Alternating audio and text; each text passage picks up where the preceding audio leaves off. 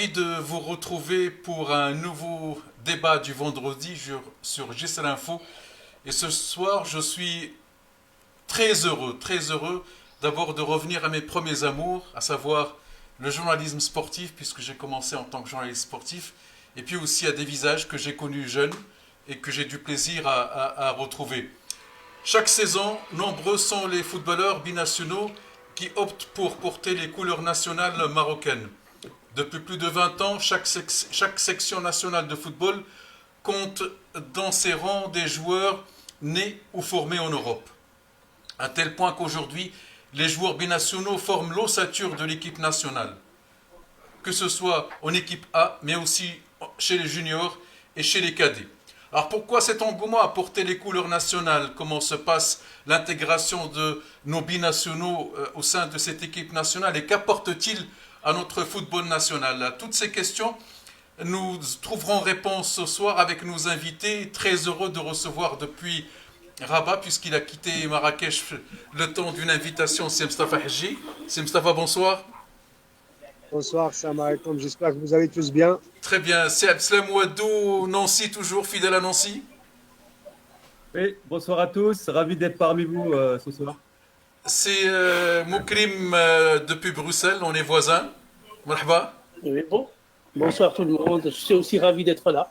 C'est Saïd Abazi du site Les Lions de l'Atlas. Bonsoir, c'est Saïd.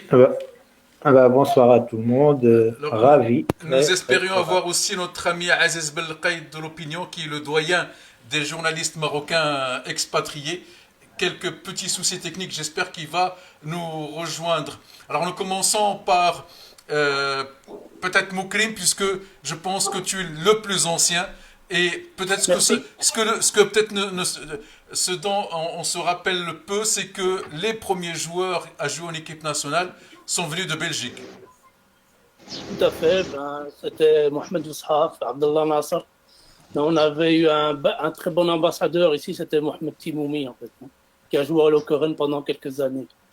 Alors, dites-nous comment, à vous trois, vous avez intégré l'équipe nationale, vous étiez les premiers alors? Je ne sais pas si on était réellement les premiers, mais c'est vrai que on avait créé d'abord une sélection marocaine ici en Belgique. On avait été faire un tournoi, c'était dans les fin des années 80, début des années 90. Donc on était parti faire un tournoi au Maroc, le fameux jubilé de Baba. Je ne sais pas si vous connaissez ce joueur. Bien sûr. Voilà.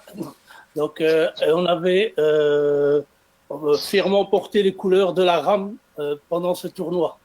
Et après ce tournoi, on avait joué contre le Wydad de Casablanca, évidemment, et en finale contre le Raja de Casablanca. Lors du premier match, on avait battu le Wydad 3-1.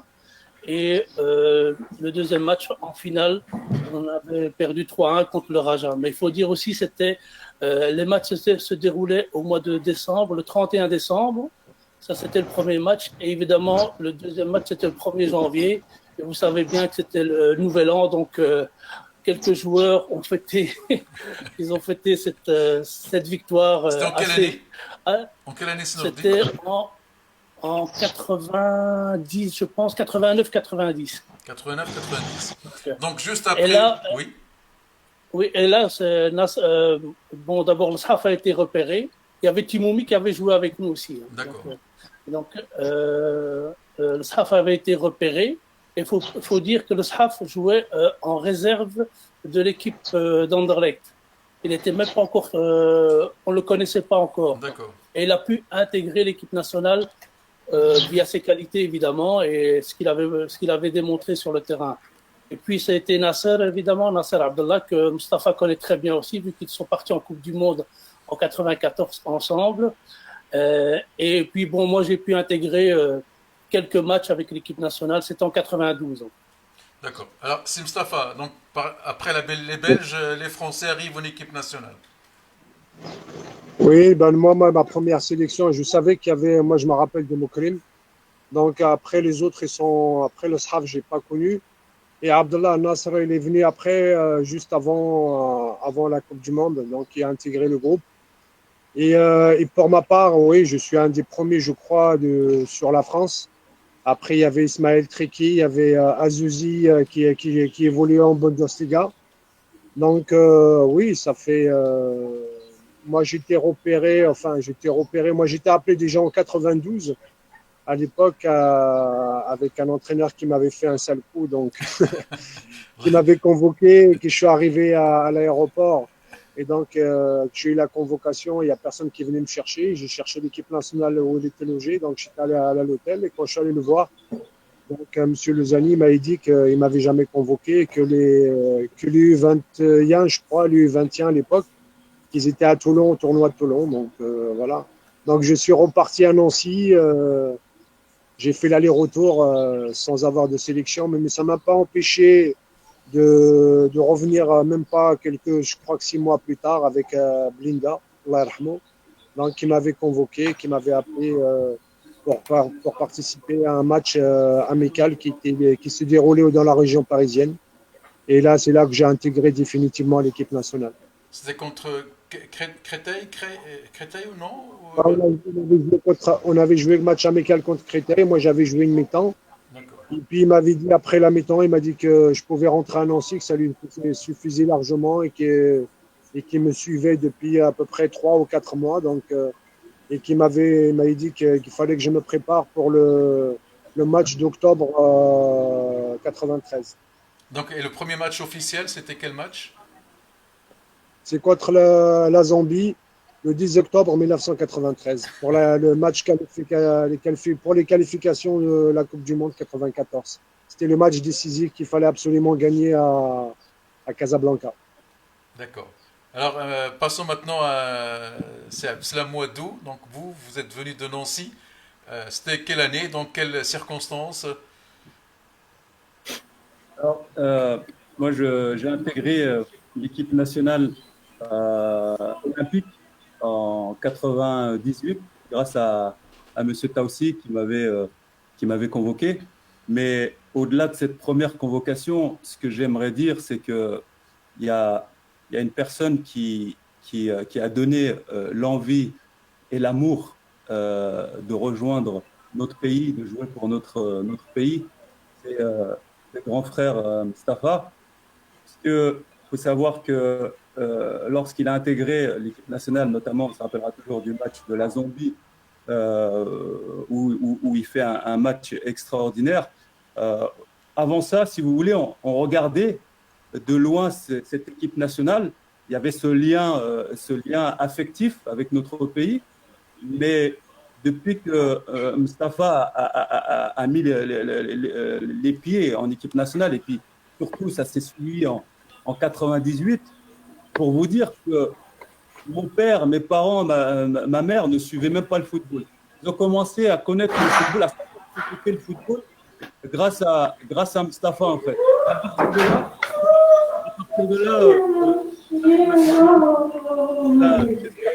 tu intégreras l'équipe nationale comme l'a fait Mustapha, parce que franchement, il a fait rêver beaucoup de jeunes en France, des nationaux.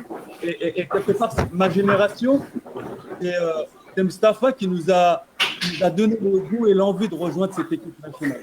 Voilà. D'accord. Et puis, après, quand je suis arrivé là-bas avec Taussi,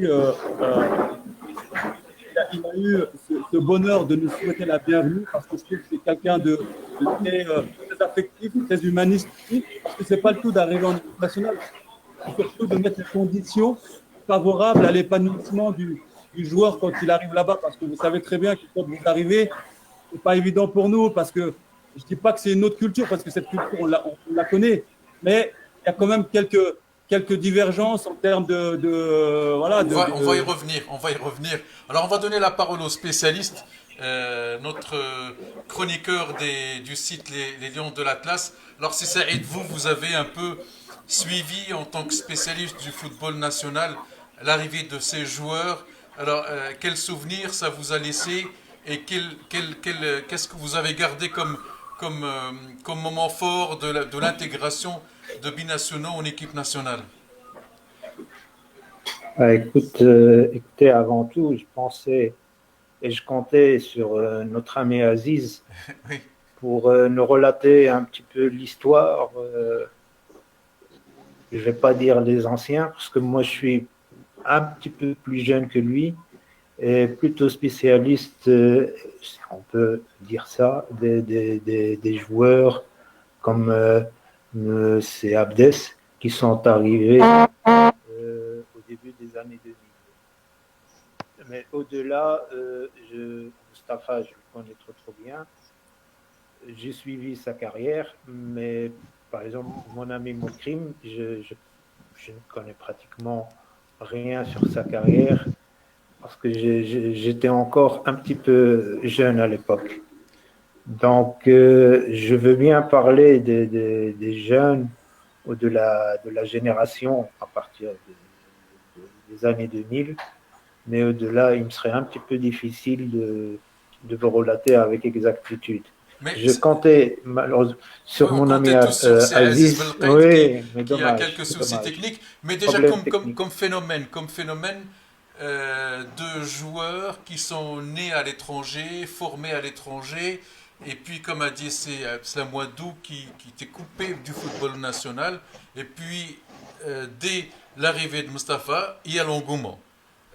Qu'est-ce que vous pouvez nous Mais c'est dire vrai que sur cette étape, sur ce phénomène, je dirais, d'arrivée massive de joueurs binationaux en équipe nationale? mais notre cher Mustapha, il a marqué les esprits à plusieurs raisons. Déjà avec son magnifique but contre l'Égypte, Il y c'était avait la quelque Norvège chose d'abord que... aussi. Le but contre la Oui, Norvège. et puis aussi avec sa participation au mondial 98. Donc c'est vrai que pour des jeunes de l'époque comme c'est Abslam, bah, c'était une référence. Et pour beaucoup aussi, c'était une référence. Euh, Maintenant, la nouvelle génération, là, ils ont pas mal de références autres que M. Mustapha, mais c'est vrai que Mustapha, c'était quelqu'un qui a marqué, on va dire, les années 90.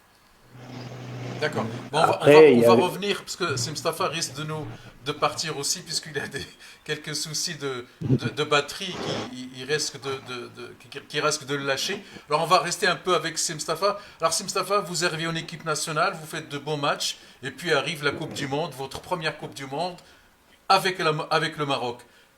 Quel Ouais. souvenir vous avez encore de ces moments forts et puis jouer en France, vous qui avez grandi en France, formé en France, pour le Maroc? Bah écoutez, moi déjà personnellement, bah, je suis arrivé, j'étais un des premiers, donc la langue est déjà une barrière.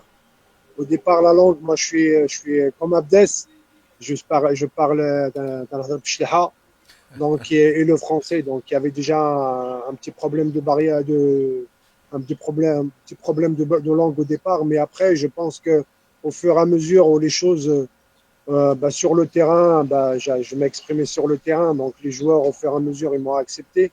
Mais c'est vrai qu'au départ, ça n'a pas toujours été évident.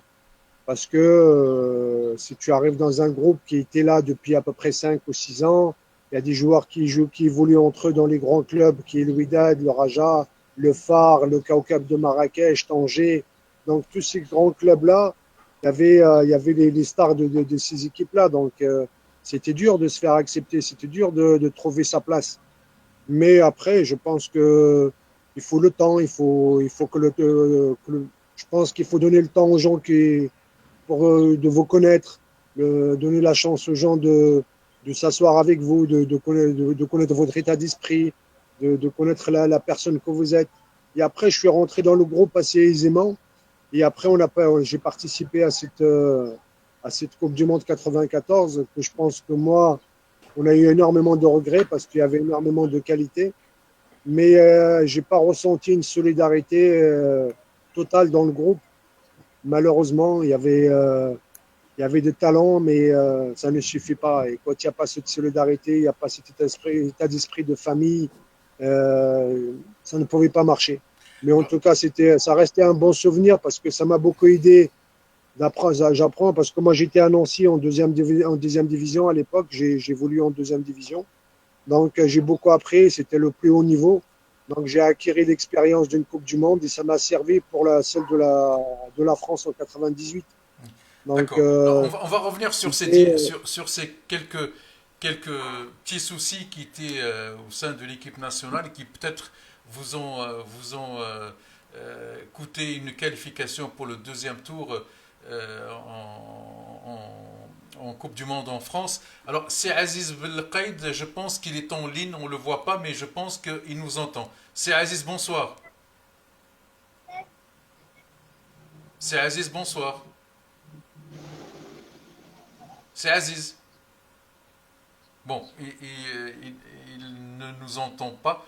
Alors, donc, si Mustafa parlait de quelques divergences, alors, Siwadou, est-ce que vous avez senti aussi ce, ce, ce problème de clan entre joueurs venant d'Europe et joueurs formés au Maroc pendant cette période, en tout cas où vous êtes arrivé en équipe nationale? Alors, c'est vrai que quand on est arrivé en équipe olympique, on n'était pas beaucoup. Il y avait Ali Boussaboun, il y avait Aziz Ahmetouf, il y en avait un autre qui s'appelait le Bekay Bouchiba. Donc, c'était plus des joueurs soit allemands ou hollandais. Et puis, comme disait Mousse, inconsciemment, je veux dire, eh ben, on est ensemble, puisque on est des nouveaux. Il faut savoir que moi, je suis arrivé dans une équipe qui venait de gagner la Coupe d'Afrique Junior. Ils sont qualifiés pour la Coupe du Monde en Malaisie. Mais on ne peut pas leur empêcher. C'est dans tous les clubs, dans tous les pays, comme ça, quand il y a un groupe qui se construit ensemble, ils ont une cohésion, ils ont une entente parfaite. Donc, c'est vrai que c'est pas facile de rentrer à l'intérieur. En plus, comme je vous dis, comme Mousse disait, il y a la barrière de la langue. Mais bon, c'est une période agréable pour moi puisque je suis quelqu'un qui va vers les autres, qui essaie justement de nouer les liens. Et puis, ça s'est très bien passé.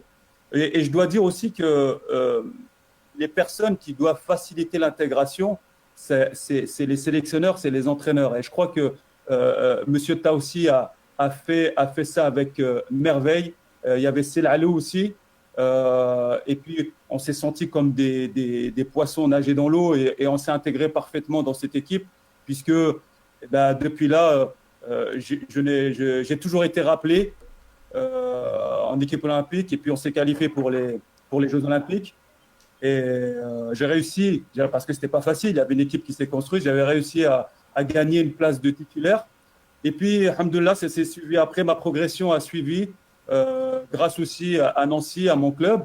Et puis un jour, on m'a appelé en équipe A pour enfin connaître mon rêve, jouer avec Moussa Fadji, le grand frère, jouer avec les Naïbet, les Tahar El Khalej, les Bassir, tout ça. Donc c'était pour moi un rêve. Oui. Alors, revenons sur Moukrim. Alors, je Moukrim, rappelez-nous un voulais peu. juste, Oui, s'il vous plaît, je voulais juste vous dire une chose parce que vous avez parlé de clan. En équipe nationale, il n'y a pas de clan. C'est pas le problème de mais vous clan. parlez Parce d'un que manque de solidarité.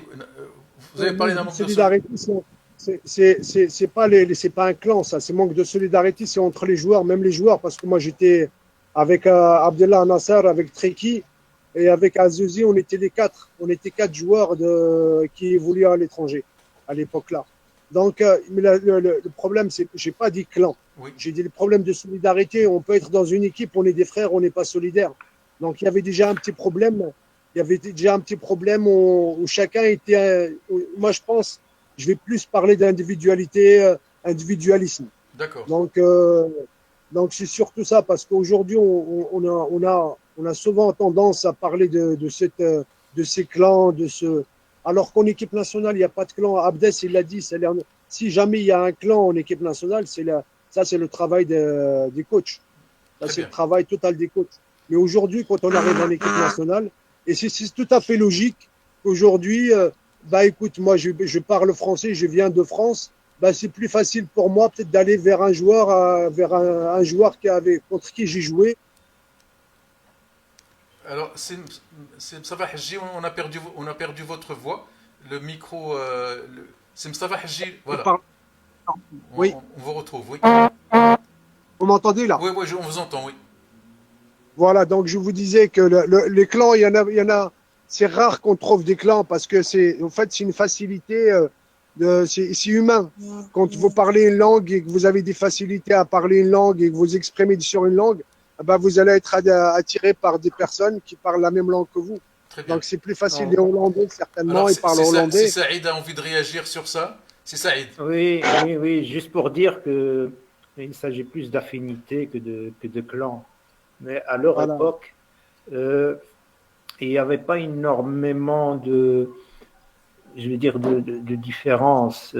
Il y avait les francophones et les locaux, enfin les Français, si je peux appeler ça comme ça, et les joueurs locaux. Mais de nos jours, il y a les joueurs de Hollande, les Belges, et les Français, bientôt les Espagnols, les Italiens, les locaux. Donc fatalement, même si on parle d'affinité, petit à petit, je suis désolé Mustapha, mais il y a des clans quand même qui se créent indépendamment de chacun. C'est naturel. C'est naturel que des clans se forment justement par affinité, parce qu'il y a cette affinité-là. D'accord. Donc, Alors, on va revenir oui, il y a des clans. Oui. Avant, il y en avait un peu moins. D'accord. On va revenir avec Senourdine Moukrim, que peut-être les téléspectateurs ont moins connu que Haji et Wadou. Alors, parlez-nous un peu de votre parcours en équipe nationale. Ben, voilà, j'ai été repris en 92. Ma première sélection, c'était contre le Bénin, au Bénin.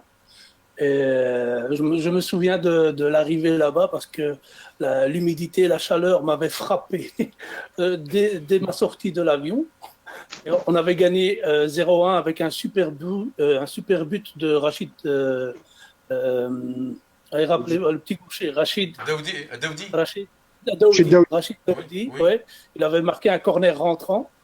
Mais je me souviens de l'état d'esprit, moi, de l'état d'esprit, ben, c'est vrai que on parle pas de clan, hein, donc à ce moment-là, ben, c'est vrai que bon, il y a cette affinité au niveau de la langue. On a tous ce problème de linguistique par rapport aux joueurs locaux. Moi, je me souviens toujours, c'est que j'avais pas de soucis avec les coéquipiers, même ceux qui jouaient au Maroc. Je crois que j'ai toujours été apprécié par mon attitude et mon humilité par rapport à ça, et je m'entendais pratiquement avec tout le monde, mais c'est vrai que bon, comme il y avait Nasser Abdullah, il y avait l'Ashaf, ben, on a plus facile à discuter avec eux que les locaux, mais c'est pas un clan à cette période-là, hein. Bon, après, je ne sais pas ce qui s'est passé, mais je ne rentre pas dans ce débat-là. Moi, je dis simplement, ben, c'est normal que bon, on aille discuter avec des gens avec qui on peut mieux discuter. D'accord. Voilà. Alors, c'est Mustapha, il y a eu au Maroc un Aoueta et un après-Aoueta. Et donc, tout le monde a commencé à faire de l'athlétisme, à courir et à donner des médailles au Maroc. Et il y a eu un Mustapha Hadji et un après Mustapha Hadji, puisqu'il y a un engouement terrible. Et Abdeslam Ouaddou nous raconte encore que même ses parents ont commencé à être intéressés par le football parce qu'il y a eu le passage de Mustapha Hadji. Alors, vous, en tant que premier, locomotive, grand frère, vous avez une grande responsabilité. Bah, écoutez, déjà, je remercie Abdes parce qu'il a pu dire sur moi.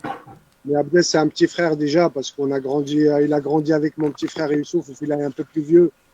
Il est plus ancien, mais Abdes, je l'ai connu à Nancy au centre, donc c'est un petit frère, mais je le remercie. Mais en tout cas, moi, j'ai fait comme mon travail. Au fait, je me rends pas compte de ce que j'ai pu faire ou ce que les gens pensent de moi. Moi, je sais que c'était un devoir, c'est mon travail. J'ai essayé de le faire du mieux que je pouvais. Après, aujourd'hui, je suis content parce que quand j'entends un joueur comme Abdes, qui a une carrière formidable et c'est quelqu'un de très respectueux et qu'on respecte partout où il est passé, ça fait plaisir d'entendre des mots comme ça de sa part et c'est gratifiant, c'est sûr.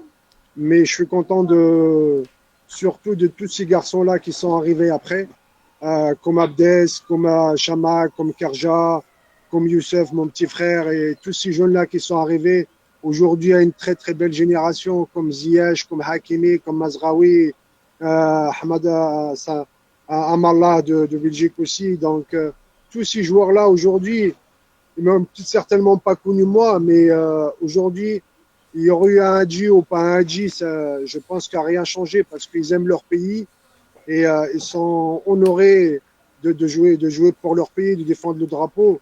Et donc, c'est une éducation. Je pense que c'est leurs parents surtout qui sont derrière et qui les ont poussés, qui leur ont inculqué des valeurs et surtout la coutume et surtout l'amour de leur pays. Donc, il ne fallait pas qu'ils oublient leur pays. Voilà, Et surtout, moi, je vois c'est Saïd je dis, réagir. voilà, c'est surtout ça qui est important pour moi parce que moi, personnellement, je ne sais pas, j'arrive pas à m'imaginer que c'est grâce à quelque chose. Mustapha est modeste, Oh, c'est mais un gentil garçon. Mustapha a toujours été modeste. Voilà, il est modeste, mais. Non, mais c'est la vérité. Sincèrement, Sincèrement, oui, mais Non, mais est-ce qu'il n'y aurait pas eu Mustapha Hadji? notre... Est-ce qu'on aurait eu ce phénomène qu'on a aujourd'hui? C'est ça la question, c'est Saïd. Les enfants de notre communauté ont besoin de références aussi, et besoin de symboles. Et Mokrim, il peut certainement le confirmer. Quand il y a eu l'éclosion de Fellaini, et même s'il n'a pas joué avec le Maroc, mais le fait qu'il fasse partie de notre communauté a ouvert la porte à nos gamins, à des clubs qui étaient jusque-là hermétiques et qui ne laissaient pas nos gamins avoir leur chance, alors que Mokrim peut encore le confirmer ici à Bruxelles. Il y a énormément de talents qu'on a perdus justement parce que les clubs n'ouvraient pas facilement leurs portes. Mais grâce à des garçons comme Mustafa, comme Abdes, comme Marwan Fellaini, ce sont des gens qui permettent à nos gamins, d'avoir une référence et aussi d'avoir un idéal et de se dire que c'est possible de réussir. Donc, même si Mustafa, Abdes font les modestes, mais c'est vrai que ce sont des références pour nos enfants. C'est pour ça que moi, parfois, je suis un petit peu très dur avec certains joueurs de l'équipe nationale. Je ne citerai pas le nom, mais bon, ils ont un rôle en dehors de l'aspect sportif. Ils ont quand même un rôle extrêmement important pour les jeunes de notre communauté ici en Europe, en général. Voilà. C'est Abslam. Donc il y a eu Mustafa et puis il y a eu la vague avec vous, avec tous ceux qui sont arrivés fin des années 90. Donc là, vous avez forcé, grâce à votre talent, vous avez forcé un peu les sélections nationales à vous faire de plus en plus confiance. Mais j'imagine que ça n'a pas été si facile. Et s'il n'y avait pas eu peut-être aussi l'apport et surtout le passage de Mustafa Hadji, ça aurait été encore un peu plus difficile. Ah, tout à fait, tout à fait. Alors, j'ai une lecture assez pragmatique, assez différente.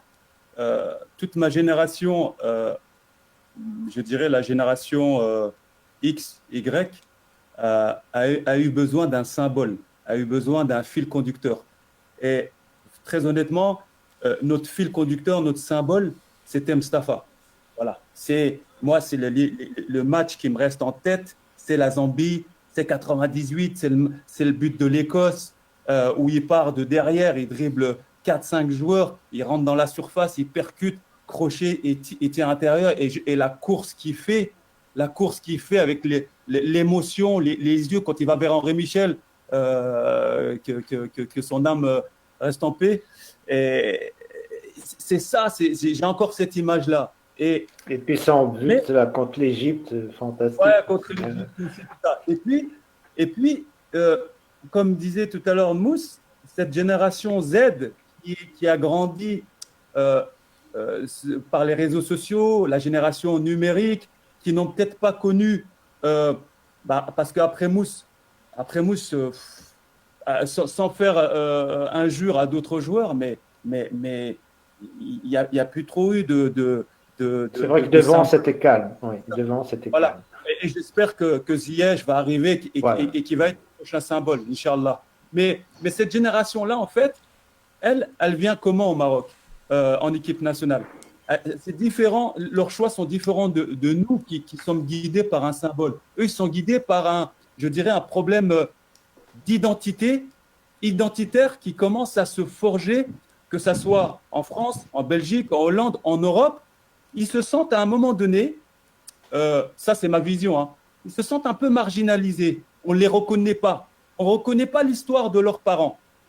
Et ils arrivent dans les clubs, c'est sûr qu'ils ont leur culture, ils ont leurs croyances, ils ont leur talent. Et pour avoir travaillé dans un centre de formation et avoir vu beaucoup de choses, assisté à des réunions, on a un problème avec ces joueurs qui ont des croyances, qui ont des traditions autres, et on a du mal à les intégrer. Et ces joueurs-là, croyez-moi, ils le sentent. Ils sentent que, par exemple, le moment du jeûne arrive, c'est un problème pour les clubs. Le joueur, il a envie de prier, qui est tout à fait son droit. Dans certains clubs, pas tous, dans certains clubs, ça devient problématique. Même dans les douches, Abdes, parfois ça pose problème. Je ne voulais pas en parler de ça, mais c'est vrai, c'est effectivement ça aussi. Et donc, petit à petit, ces garçons grandissent et ils se retournent vers leur pays, leur pays maternel, le pays des parents, et c'est ça qui leur donne envie de venir. Donc c'est pour ça que j'ai une lecture assez même géopolitique de cette situation. Voilà, je vous remercie vraiment d'évoquer ce dossier-là, parce qu'on va revenir, et ça a commencé peut-être par la Belgique. Moi, je suis un peu en direct de près, Moukrim peut me confirmer. Par exemple, combien de joueurs sont arrivés à l'âge de 16, 17 ans en direct et qu'on a poussé à partir ailleurs, Qaddouri par exemple, pour ne citer que lui. Donc, ce que tu es en train de dire, Ouaddou, est très juste. C'est-à-dire qu'il y a eu ce problème identitaire qui fait que ces joueurs ne se sentaient pas bien dans ces pays d'accueil, même s'ils sont nés en Belgique ou en Europe, même s'ils sont formés dans ces pays-là. C'est Moukrim. Moi, je vais d'abord parler de mon cas. Moi, la question ne se posait pas, vu que j'étais encore marocain, donc je n'avais pas la nationalité belge. Donc voilà, quand j'ai été convoqué, forcément, c'était pour le Maroc. Et puis évidemment, il y a ce problème avec tous les jeunes qui arrivent et tout. Le fait, comme Saïd l'a évoqué, qu'un Fellaini ou bien Chadli ait choisi la Belgique, ça a permis d'ouvrir pas mal de portes pour pas mal de jeunes en Belgique. Anderlecht, on connaît le problème. Je travaille là, donc je connais. On est deux formateurs marocains qui travaillons là pour pouvoir aider, je ne vais pas dire notre communauté, mais bon, on est là aussi pour essayer de les soutenir.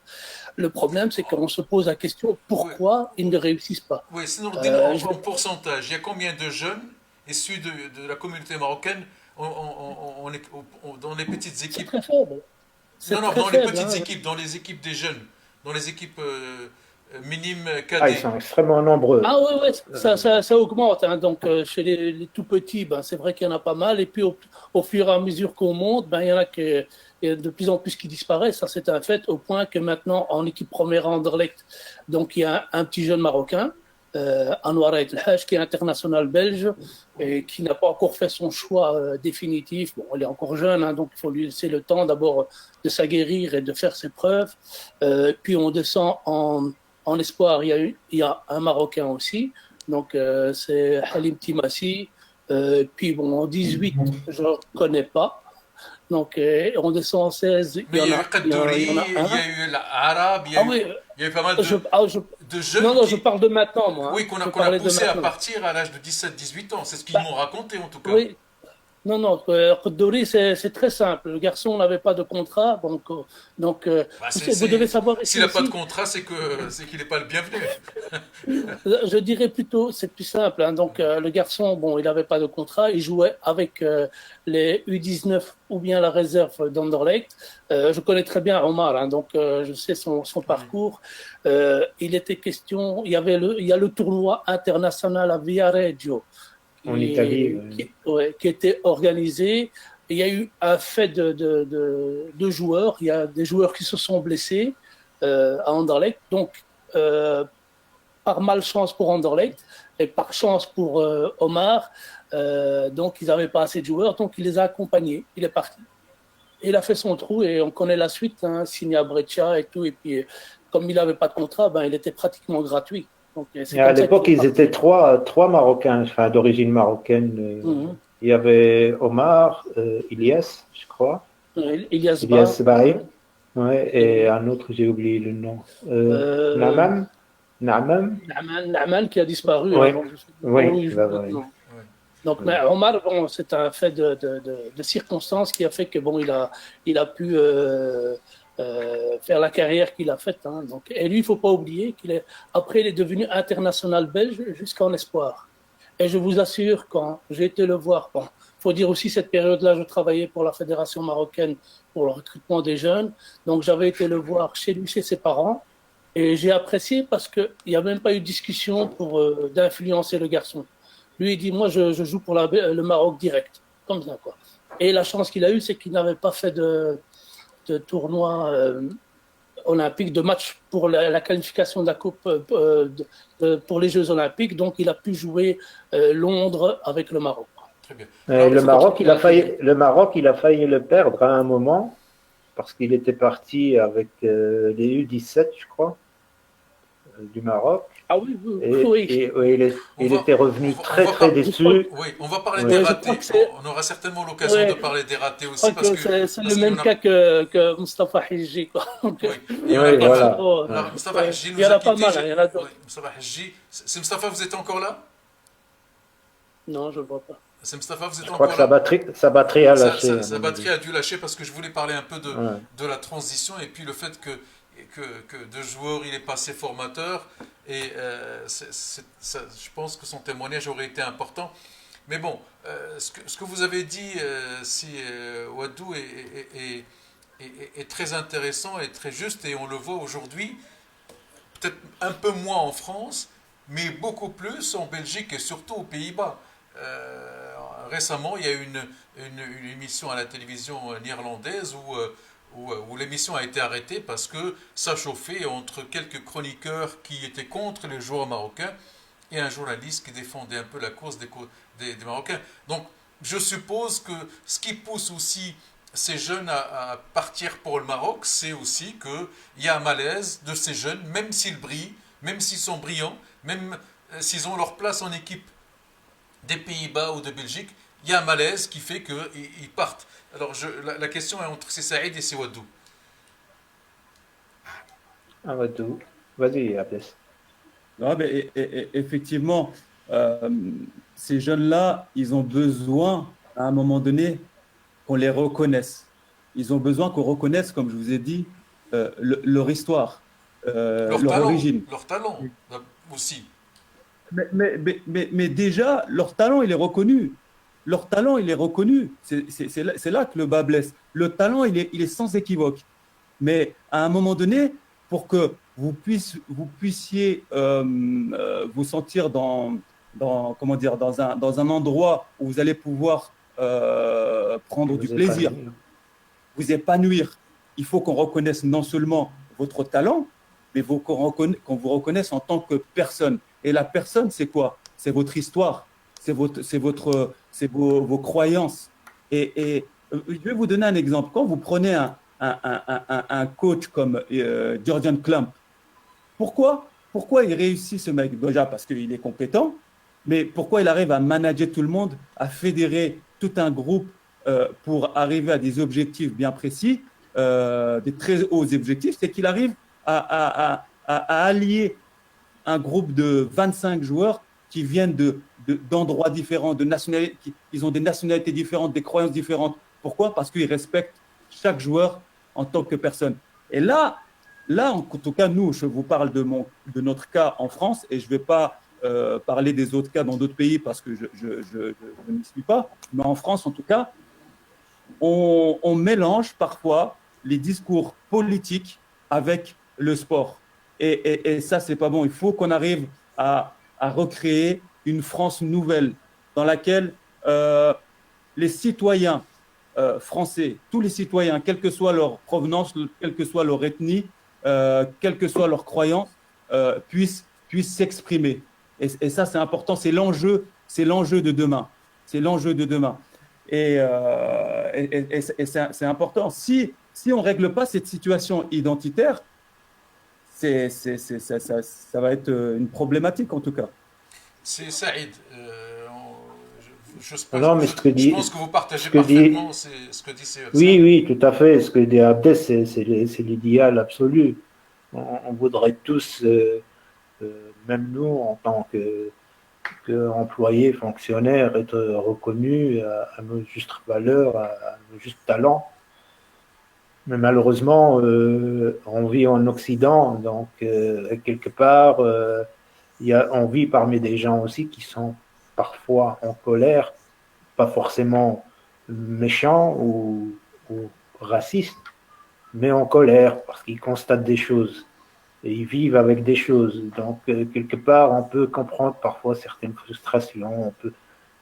Je n'accepte pas, mais je peux comprendre quand j'ai écouté le débat là, aux Pays-Bas avec le chroniqueur assez sulfureux qui aime bien polémiquer un peu sur le dos de la communauté marocaine. Bon, il parle du vestiaire.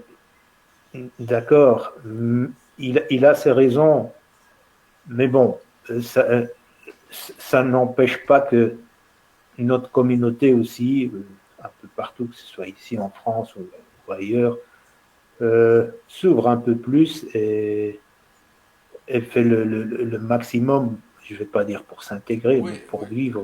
Oui, mais on peut pas exiger d'un joueur marocain de se toucher à poil dans les vestiaires. C'est ça l'origine du problème. Donc, c'est vrai, mais on ne peut pas non plus imposer nos règles et nos modes de vie non plus. C'est comme ça, il faut trouver un compromis entre les deux.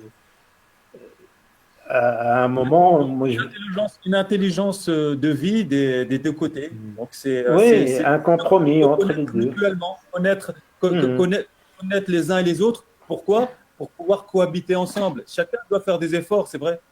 Mais parce que là, on n'est plus dans des problèmes sportifs. Là, on est dans des problèmes plutôt socioculturels. Ouais.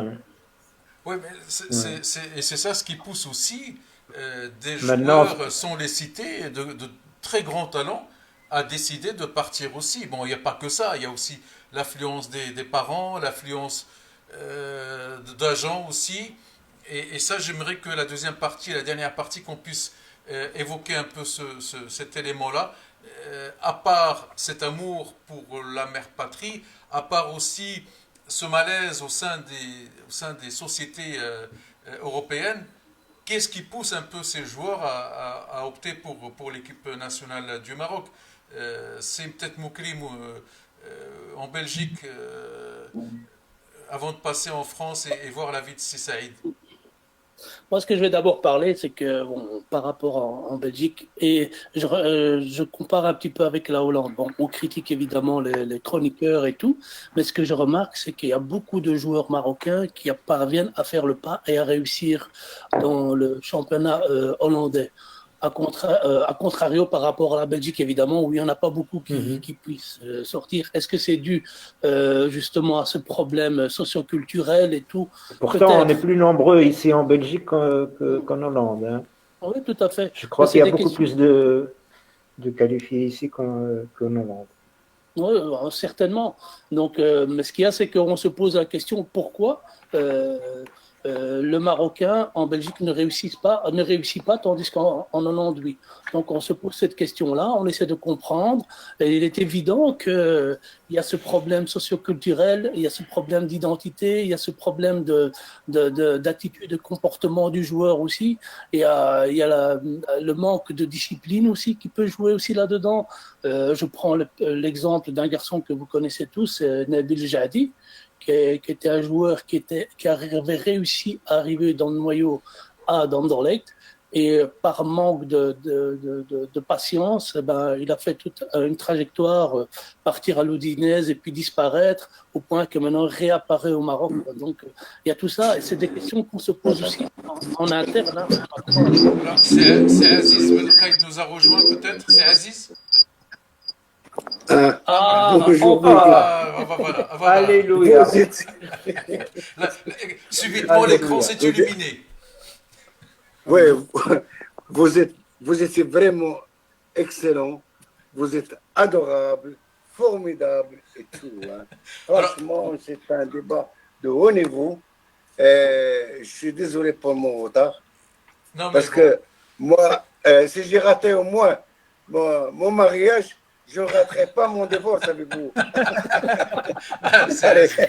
Alors, c'est Aziz, puisque vous Ouais. venez de nous Ah, mais rejoindre, on était sur un débat un peu de société, un problème de société, à savoir pourquoi ces jeunes optent pour les équipes, des équipes marocaines, pour les pays de leurs parents.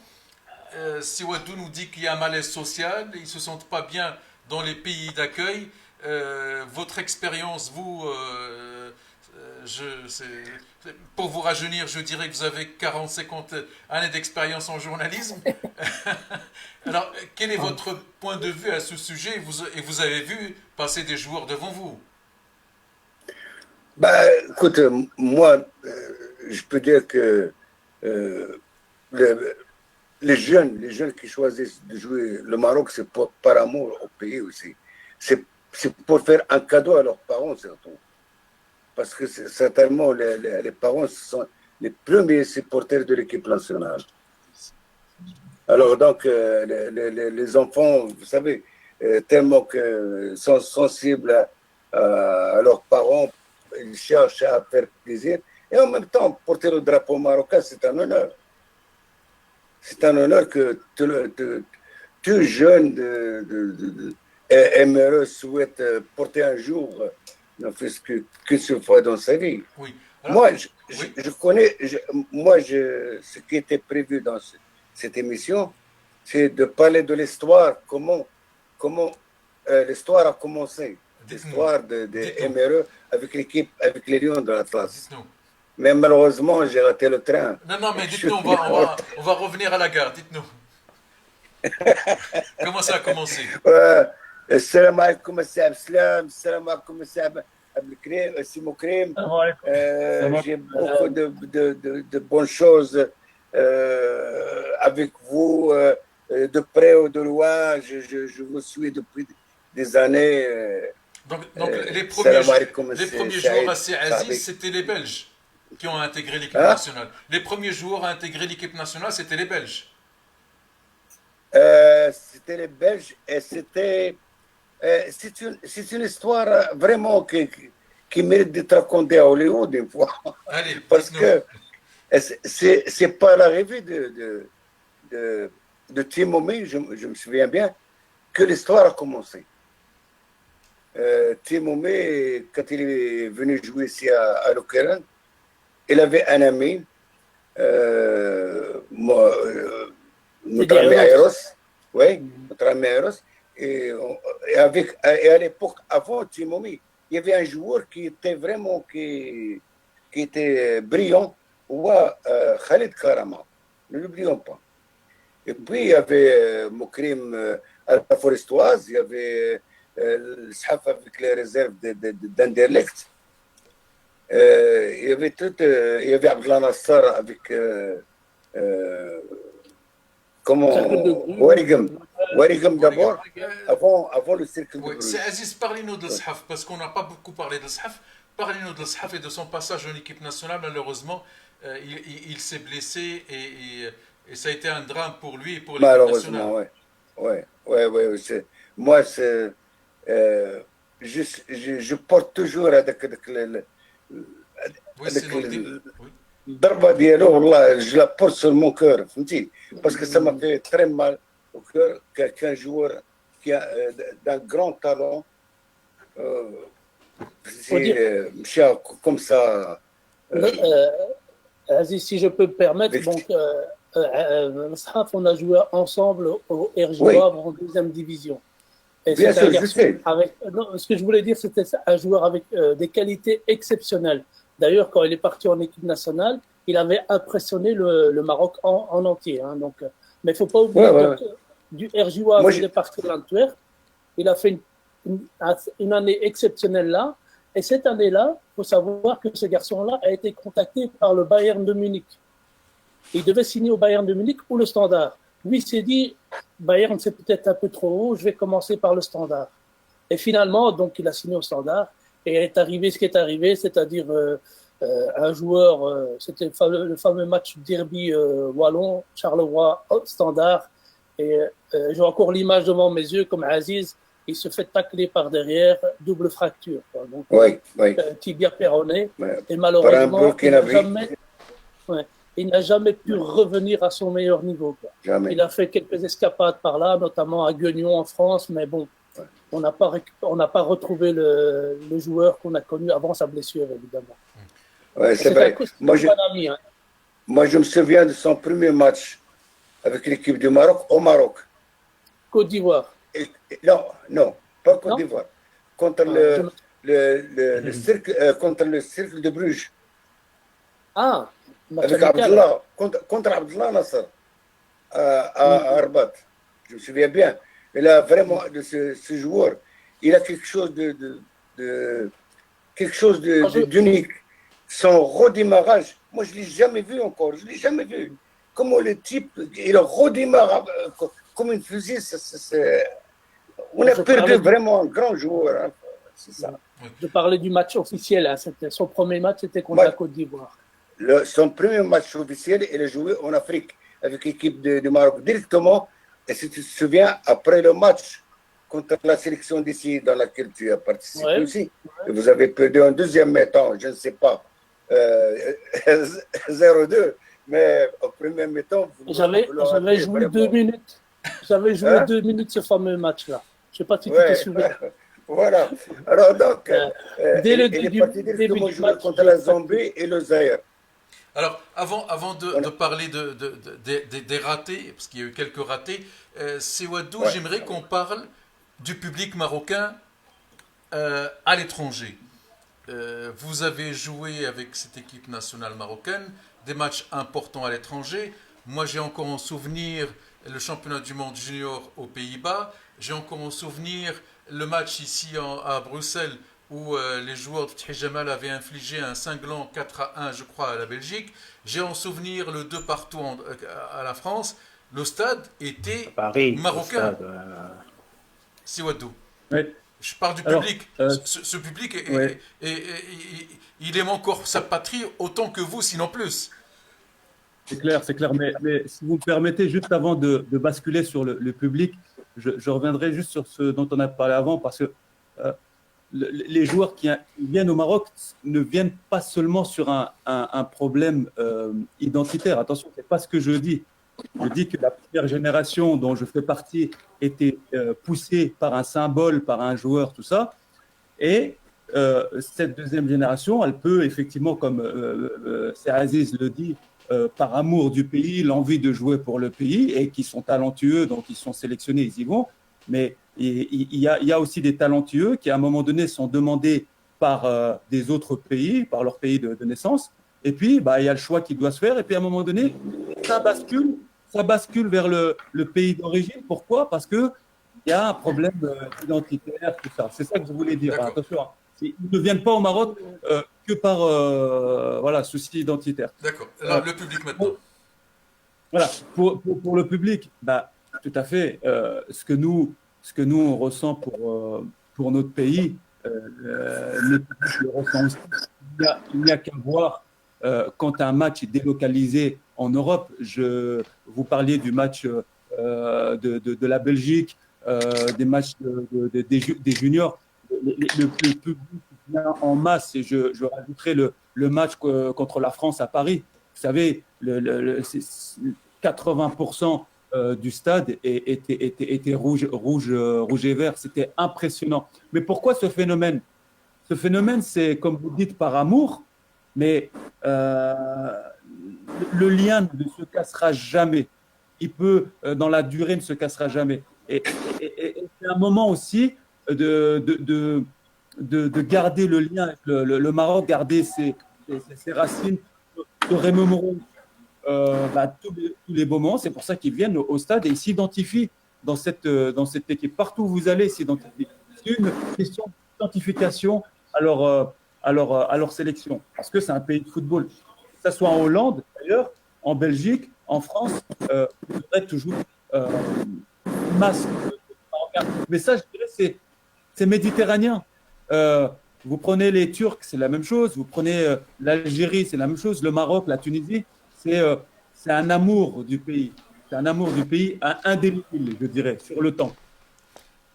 Qui gêne quelque peu aussi quelques journalistes et quelques politiciens européens parce qu'ils ne comprennent pas pourquoi tout le public est aux couleurs du Maroc, par exemple, quand elle joue contre la France à Paris.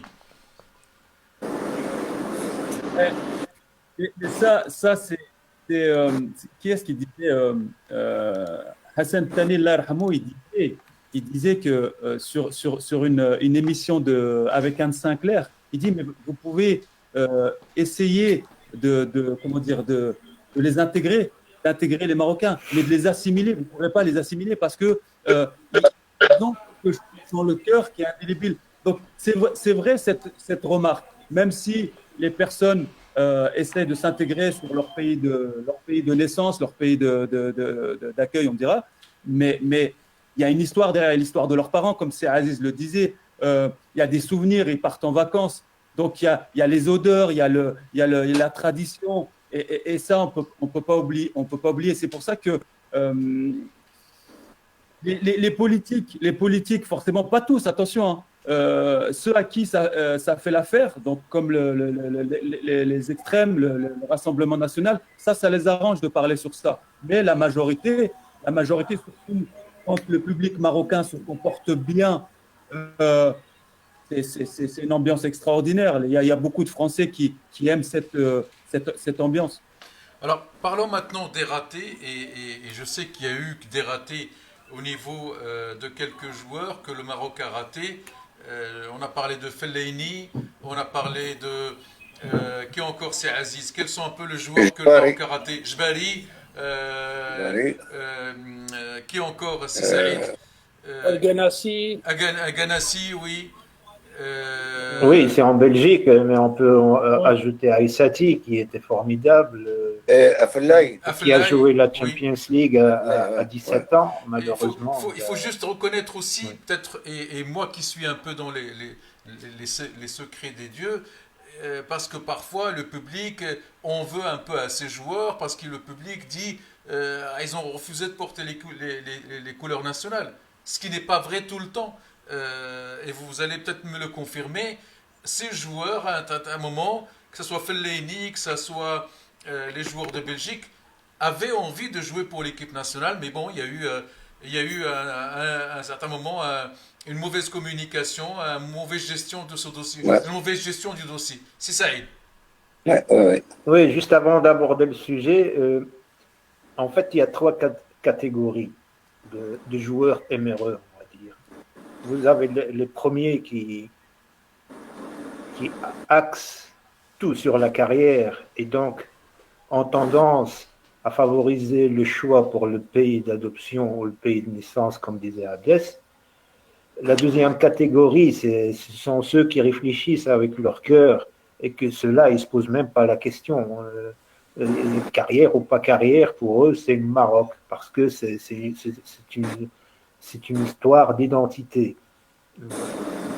Ils optent pour le Maroc, quoi qu'il arrive, même si ça ne marche pas pour eux plus tard, mais au moins, ils ont fait honneur à leurs parents, à leur entourage et à leur-même, à leur identité. Ils ont été peut-être pas à la hauteur de ce qu'ils attendaient ou de ce qu'ils espéraient, mais au moins, ils ont fait un choix. Et il y a la troisième catégorie, et c'est cela, pour moi, en tant que journaliste, je peux plus ou moins comprendre, mais en tant que supporter, il m'exaspère, ce sont ceux qui choisissent le Maroc par défaut. C'est-à-dire qu'ils hésitent pendant des années et des années, quand ils arrivent à 27, 28 ans, qu'ils n'ont plus de chance de jouer avec le pays d'adoption en naissance, ils se retrouvent, ou ils se réveillent marocains de cœur. Alors, ils décident de nous représenter. Ces gens-là, franchement, moi, ils ne me représentent pas, même s'ils se défendent sur le terrain, parce qu'ils choisissent le Maroc vraiment par défaut, parce qu'ils n'ont pas d'autre choix et qu'ils ont attendu trop longtemps. Alors que d'autres, à la limite, un garçon comme Chadli ou Fellaini ou d'autres garçons qui font les choix plus tôt, les choix de carrière, ben, c'est leur droit. On ne peut pas leur reprocher de choisir leur deuxième pays, en fait. Hein. Moi, personnellement, j'aime autant la Belgique que le Maroc. Donc, mes enfants, si mon gamin choisit la Belgique, pour moi, ça sera tout à fait naturel et légitime. Donc, il n'y a pas à discuter du choix du pays d'adoption ou du pays d'origine. Oui, mais pour parler des ratés. C'est là où le bas blesse, c'est quand le choix est par défaut. D'accord. Voilà, c'est ça que je Alors, voulais dire. parlons Surtout par maintenant, rapport à ça. parlons des ratés, Fellaini, Aissati. Il y a eu quelque part une mauvaise communication, une mauvaise gestion de ce dossier qui a fait que ces joueurs-là n'ont pas intégré l'équipe nationale. Alors, c'est Aziz. Malheureusement. C'est Aziz. Malheureusement, on a perdu les 3 joueurs en une seule journée. Lesquels? Une journée ramadaniste, ça. Lesquels? Au début d'après-midi, on a perdu Fellaini. Oui. Parce que Fakher a mal parlé avec son père.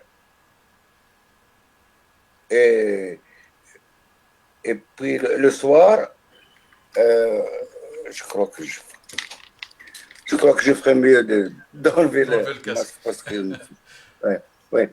Et puis le soir, ils étaient aussi invités en Hollande pour la coupure pour le phtor. Du jeune, oui. Oui. Et Fakher a mal parlé avec le père d'Aissati et le frère de Fellaini. Et là, le cordon a été coupé définitivement. Voilà. Oui. C'est pas Fatih Jamal, d'accord, Fatih Jamal. Il n'a pas bien favorisé l'intégration de Fellaini au départ, parce que aussi il faut voir que Fellaini était long, il y avait mieux que lui avec l'équipe nationale junior à l'époque, qui a participé en Coupe du Monde de Hollande. C'est la vérité. Fellaini, c'est après, quand il a rejoint Charleroi, qu'il a bien travaillé avec Khalid Karama, avant de rejoindre l'école de Standard de Liège. Alors, est-ce que c'est le rôle des entraîneurs que de discuter avec les joueurs, ou c'est peut-être le rôle d'un membre du staff technique ou de la fédération que de discuter avec les joueurs? Siwadou, qu'est-ce que vous en pensez? C'est une question très, très intéressante. Vous savez, il y a un phénomène dont on n'a pas parlé, c'est aujourd'hui, au-delà du choix du cœur, au-delà de l'amour. Alors, il y a un retour de sang, c'est pour ça que je vous ai demandé de mettre des casques pour éviter ce retour de sang. Ouais. Allez-y, Siwadou. سي مصطفى اسمح لي خويا اسلام انا باسكو كنسى شي ساعات لو بروبليم سي ان بروبليم دو كومونيكاسيون غراف فهمتي الا ما كانوش est-ce que c'est le rôle de l'entraîneur ou est-ce que c'est le rôle d'un dirigeant qui a pour tâche de s'occuper un peu de ces joueurs binationaux? C'est ça la question que j'ai posée. Bah écoute, Oui, vas-y, Abdes. le rôle de tout le monde. Alors, Wadou et après Aziz. Si Wadou. Je vous disais, il y a un phénomène dont on doit prendre aussi acte, c'est l'intervention des agents. N'oublions pas qu'aujourd'hui, on est rentré dans un monde où les joueurs sont conseillés, sont accompagnés. On parle de projet. On parle de projet. Donc aujourd'hui, il faut qu'on s'adapte à ce nouveau monde. Oui, il y a un retour de sang, c'est pour ça que. Alors, on va peut-être. Aziz. Laisser les micros Aziz, ouverts. mais... C'est Aziz, est-ce que tu peux mettre ton casque, s'il te plaît? Elle n'est pas branchée. Ah, il n'est pas branché. il faut le brancher. Il faut le brancher. Il y a un retour de sang qui fait qu'on n'entend pas ce qu'a dit Siwadou, ce que disait Ah, Siwadou. donc il faut le brancher. Ah, ça va, ok. D'accord, merci. Fadal Siwadou. Ouais, je vous disais qu'il y a un phénomène sur lequel il faut être vigilant, c'est l'apparition des conseils, des agents, des gens qui ont quand même une stratégie par rapport aux joueurs. Donc on parle de projet. On ne peut plus envoyer n'importe qui et d'essayer de convaincre le joueur seulement sur l'amour du pays. Parce que aujourd'hui, les mecs, ils ont des stratégies, ils ont des projets, ils ont des visions. Donc c'est pour ça que nous, au sein de la fédération, on doit aussi répondre à ça avec une organisation très professionnelle, c'est-à-dire une équipe de scouts, mais pas des pimpins de n'importe où, hein. C'est des mecs qui connaissent le football, c'est des éducateurs, des entraîneurs, des mecs qui savent parler, des mecs qui savent approcher les parents, qui savent parler aux agents. Déjà, ces premières antennes-là vont faire le travail pour cibler les joueurs et ensuite suivre la performance, le développement du joueur. Et dans un second temps, on a le sélectionneur parce que le sélectionneur, c'est quelqu'un de très important. C'est quelqu'un qui va justement mettre devant les yeux le projet qu'il propose aux joueurs. Et là, de se rencontrer, c'est important. Mais vous ne pouvez pas envoyer n'importe qui parler avec les joueurs, parler avec les parents, parce qu'on peut assister justement à ce dont Aziz disait. Il faut que ça soit bien structuré, il faut qu'on présente un projet, parce que les mecs, c'est des professionnels maintenant. Il faut qu'ils voient une vision. Et c'est pas comme ma génération où, je vous disais, c'est Moustapha Hadji qui m'a donné envie d'y aller. J'y étais parce que le Maroc, j'aime mon pays, tout ça. Non, maintenant, les mecs, c'est Saïd le disait, ils fonctionnent en termes de projet. Qu'est-ce que va m'apporter le fait de faire le choix pour telle ou telle sélection? Est-ce que ça va m'apporter des meilleurs contrats? Est-ce que ça va m'apporter une meilleure image? Est-ce que ça va m'apporter sur le côté pécunier des meilleurs contrats financiers? Et ça, il faut prendre en compte ce changement-là. Et si on ne le prend pas en compte, on va se le prendre en pleine face. Il faut se structurer par rapport à ça.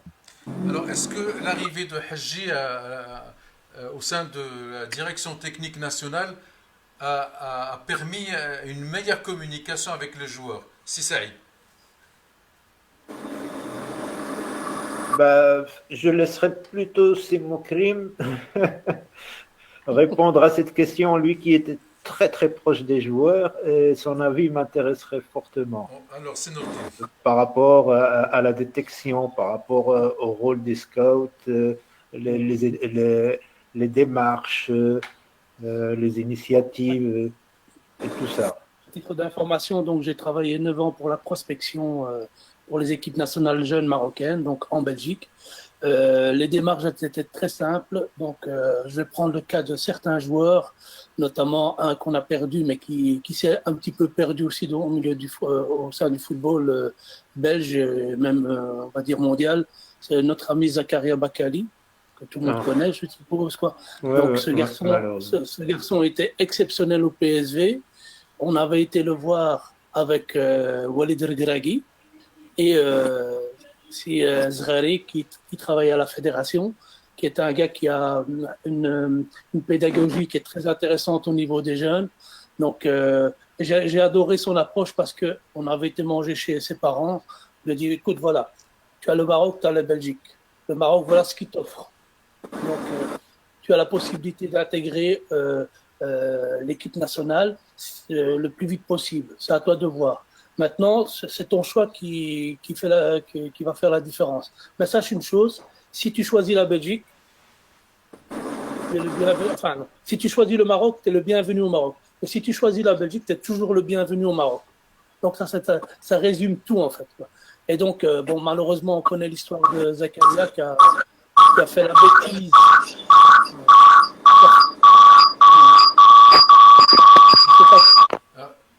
Donc, qui a fait la bêtise, je ne vais pas dire la bêtise, il a fait son choix, il a choisi la Belgique.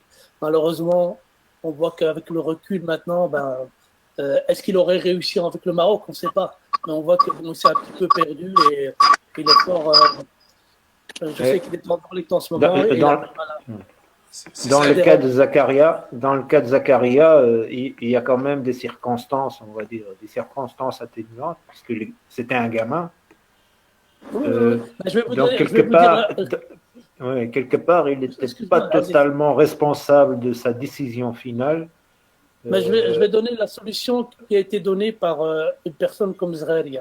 Donc, on avait été le voir avec Walid une dernière fois avant qu'il n'ait choisi la Belgique. Donc, il lui a dit comme ça, écoute, tu as 17 ans, tu as encore le temps. Moi, ce que je vais te faire, et il l'a fait chez moi à la maison, Zrari, il dit, je vais te faire un courrier que tu vas envoyer à la fédération marocaine, à la fédération belge, au club de PSV et à la FIFA. Tu vas leur dire, voilà, je vais noter en disant que tu n'as que 17 ans, tu n'es pas encore majeur, donc je ne vais pas encore faire mon choix maintenant, je vais attendre que je sois majeur, quoi, 18 ans. Ça, c'était pour lui donner le temps de bien réfléchir.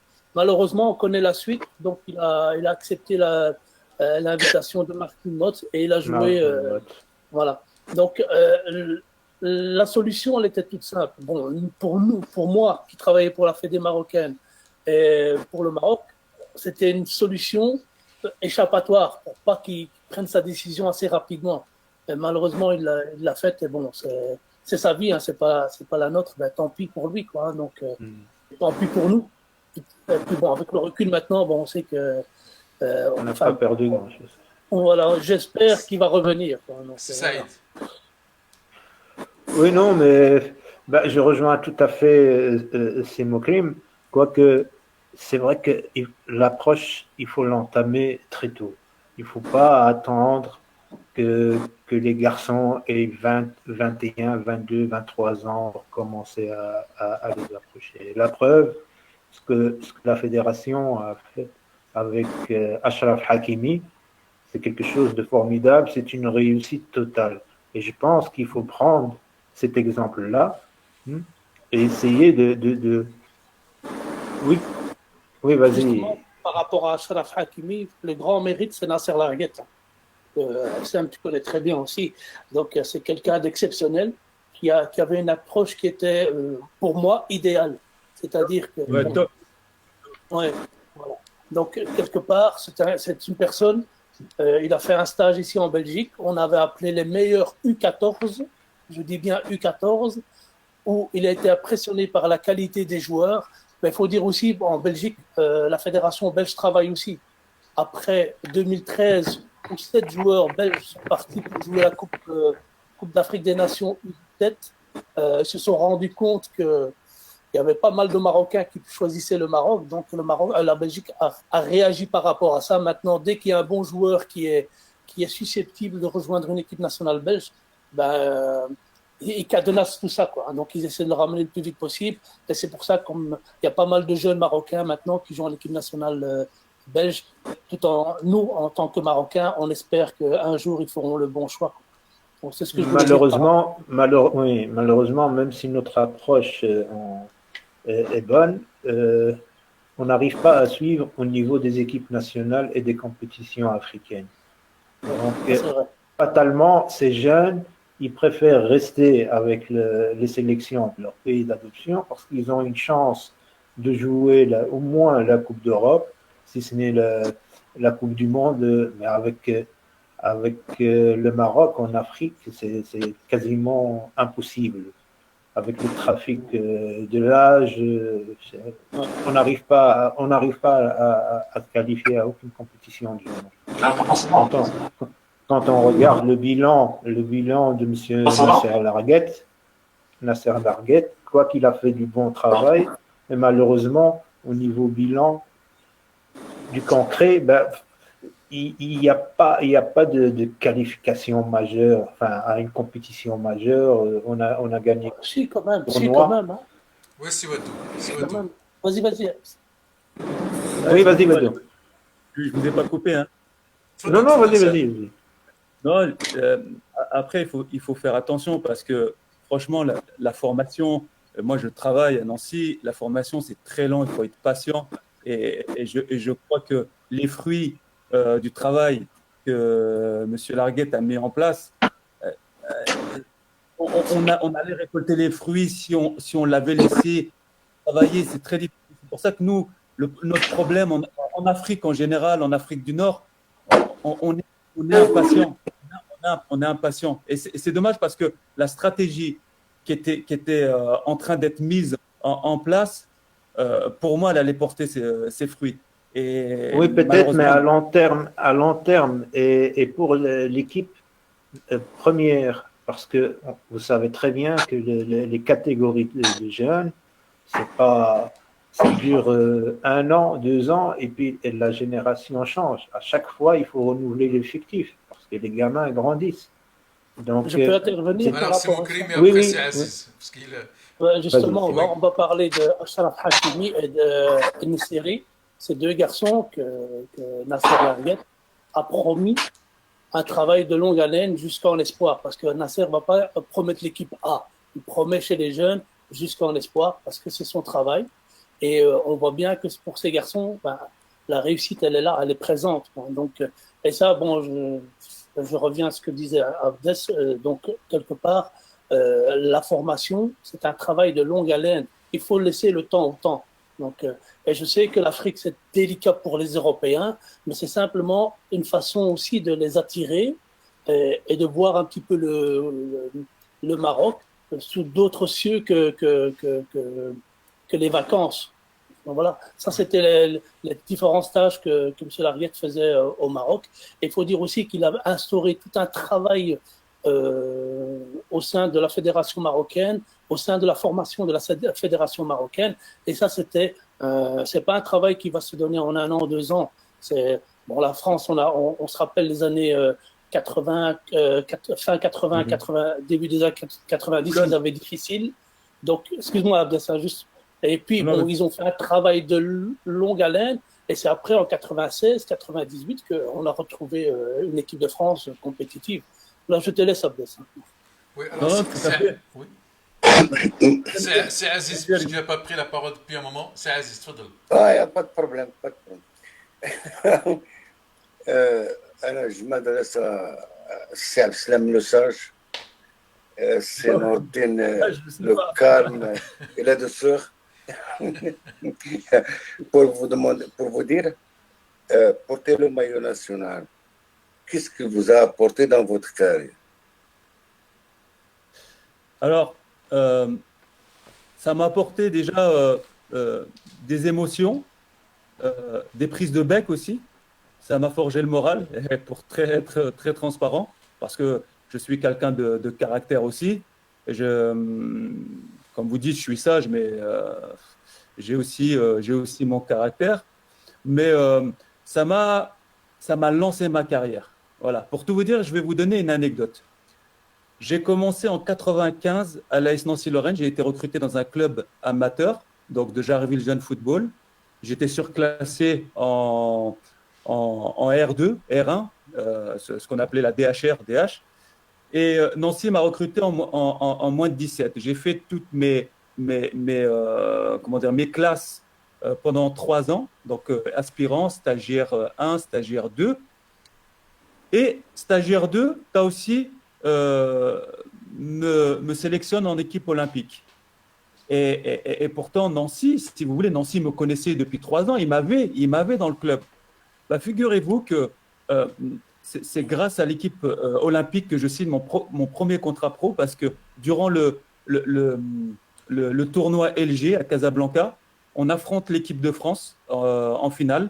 Et là, Laszlo Bologna, qui entraîne aujourd'hui à Anvers, c'est ça? Oui, il a quitté. À Liège, au Standard. Non, Antwerp, il a raison. Antwerp. Il vient de quitter. Il n'était pas au Standard.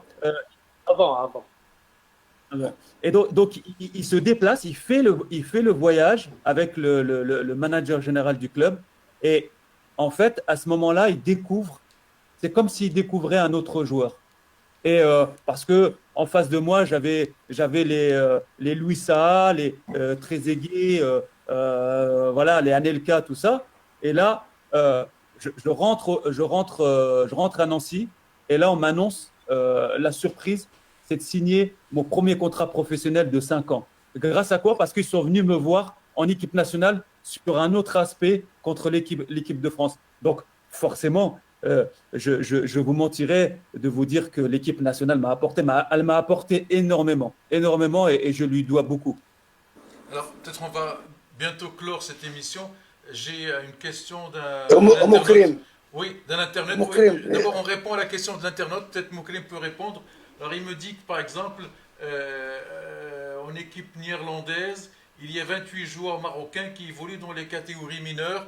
Alors, comment ces joueurs peuvent briller en catégorie junior et senior? Peut-être c'est le cas aussi en Belgique, puisqu'il y a un nombre incalculable de jeunes Marocains qui arrivent. Qu'est-ce qui manque à ces jeunes? La discipline, de la rigueur, de la volonté? C'est Moukrim? Comment dire, il y en a 28 en Hollande, ben, c'est déjà magnifique. Et je le dis honnêtement, ben, je suis sûr et certain qu'il y en a certains ils vont revendiquer une place de titulaire en première division dans leur club. Ça, c'est d'office. En Belgique, je me pose encore la question. On est toujours occupé à espérer le futur Carcella, le futur. Bon, il y a eu Amala, oui, qui a percé, mais qui a souffert avant de percer comme il perce pour le moment. Donc, c'est un garçon, il ne faut pas oublier. J'en parle un petit peu parce que je connais très bien le dossier. Amala était à Anderlecht. En U16, il ne jouait pas. Il a été écarté. Il est parti à Mons. Donc, à Mons, il jouait en équipe d'âge. Puis, il est parti à Moucron. Il ne jouait pas. Première année, deuxième année. Il est parti s'aguerrir en deuxième division. Il ne jouait pas. Il retourne à Moucron où il fait une terrible saison. Et puis, le Standard est venu le chercher. Et c'est pour ça que, bon, il n'a pas été ni recruté chez les jeunes de l'équipe nationale marocaine, jamais. Et il n'a jamais été recruté aussi en équipe nationale belge. Donc, et le garçon, quand tu parles avec lui c'était d'office, hein, malgré que Martinez avait un œil sur lui, ben, il avait dit non, moi c'est le Maroc. Hein. Et c'est comme ça qu'il a atterri en octobre au Maroc pour pouvoir jouer et défendre les couleurs pour notre grand plaisir. Alors, il y a le cas en ce moment, il y a quelqu'un qui nous suit sur la page Facebook me parle du problème Ehraten. Alors, qu'est-ce qui s'est passé avec ce jeune joueur pétri de talent? Est-ce que, bon, il a fait un choix, mais à ma connaissance, il n'a pas encore joué en équipe néerlandaise. Corrigez-moi si je me trompe. Il n'a pas encore joué. Non, il n'a pas encore joué et il n'est pas prêt de jouer pour l'instant parce que avec tous les reports qu'il y a, ça nous laisse aussi du temps et à lui aussi de bien réfléchir. C'est un dossier qui a été très très mal géré par notre chère fédération. Il faut l'avouer, le garçon venait de perdre son papa. Je pense que ça aurait été plus sage de le laisser faire son deuil tranquille et de ne pas envoyer des émissaires. Mais est-ce qu'il y a du vrai dans ça? Est-ce qu'il y a du vrai dans ça, c'est ça? Est-ce que les émissaires ont évoqué... Oui, bien sûr qu'il y a du vrai parce qu'on a vu notre célèbre supporter numéro 1, M. Dolny, avec le maillot du Maroc, venir lui faire ses condoléances. Pour moi, le message était clair. Ce monsieur-là il n'est pas arrivé en Hollande par hasard. Donc, quelque part, on l'a envoyé là-bas pour un message bien précis, même s'il n'y avait pas de message verbal. Vous parlez du supporter? L'image, oui, le supporter numéro 1 marocain qui essaye de parler au nom de tous les Marocains. Mais il y a eu une délégation officielle, il y a eu Bouderbala, il y a eu... Voilà, et le même jour, on entend que M. Bouderbala et autres étaient là aussi pour les mêmes raisons. C'était un peu prématuré, à mon sens. Je pense qu'on aurait dû gérer le dossier différemment et laisser le temps au temps. 17 ans, les gamins, c'est encore un enfant. Oui, le suivre, mais au moins lui laisser le temps de faire son deuil tranquillement. Là, maintenant, c'est normal si on débarque avec des responsables, même le jour de l'enterrement. C'est un peu pesant. Alors, donc, je peux comprendre que le choix, enfin son premier choix, soit un choix de ras-le-bol, quoi. Allez, laissez-moi tranquille, laissez-moi faire mon deuil. C'est pas le moment. Je vais choisir la Hollande et merci Dieu. Ben, je sais pas si ce confinement va jouer en notre faveur, mais au moins il a retardé un peu l'échéance par rapport à ce garçon. Et peut-être qu'avec le temps, 17 ans, on n'est pas suffisamment mûr pour prendre une telle décision.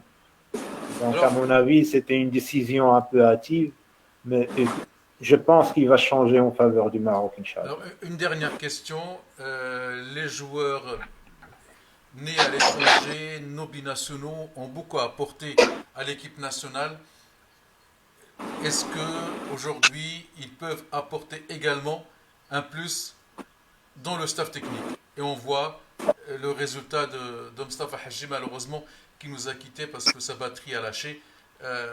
Siwadou, d'abord. Alors,